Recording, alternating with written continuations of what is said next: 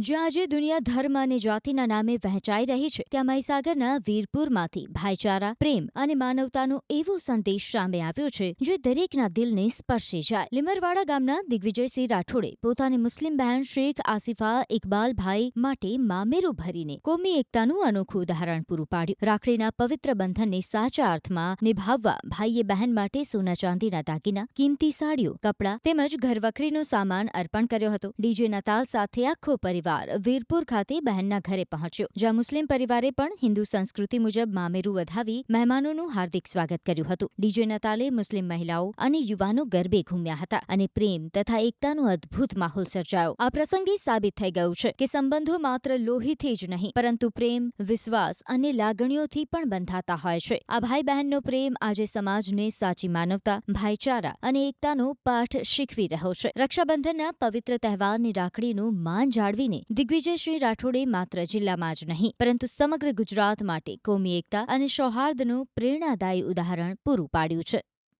છેલ્લા 4-5 વર્ષથી આસિફા મારી બહેન બનાવેલી છે અને અમે હિન્દુ સંસ્કૃતિ પ્રમાણે અહીં કન્યાદાન કર્યું છે અને મુસ્લિમ બિરાદરોના તમામ આગેવાનોએ અમને આવકાર્યા છે અને અમારું સન્માન કર્યું છે. ભાઈ તરીકે મુસ્લિમ દીકરીનું એક ભાઈ તરીકે મોમેરું ભર્યું છે.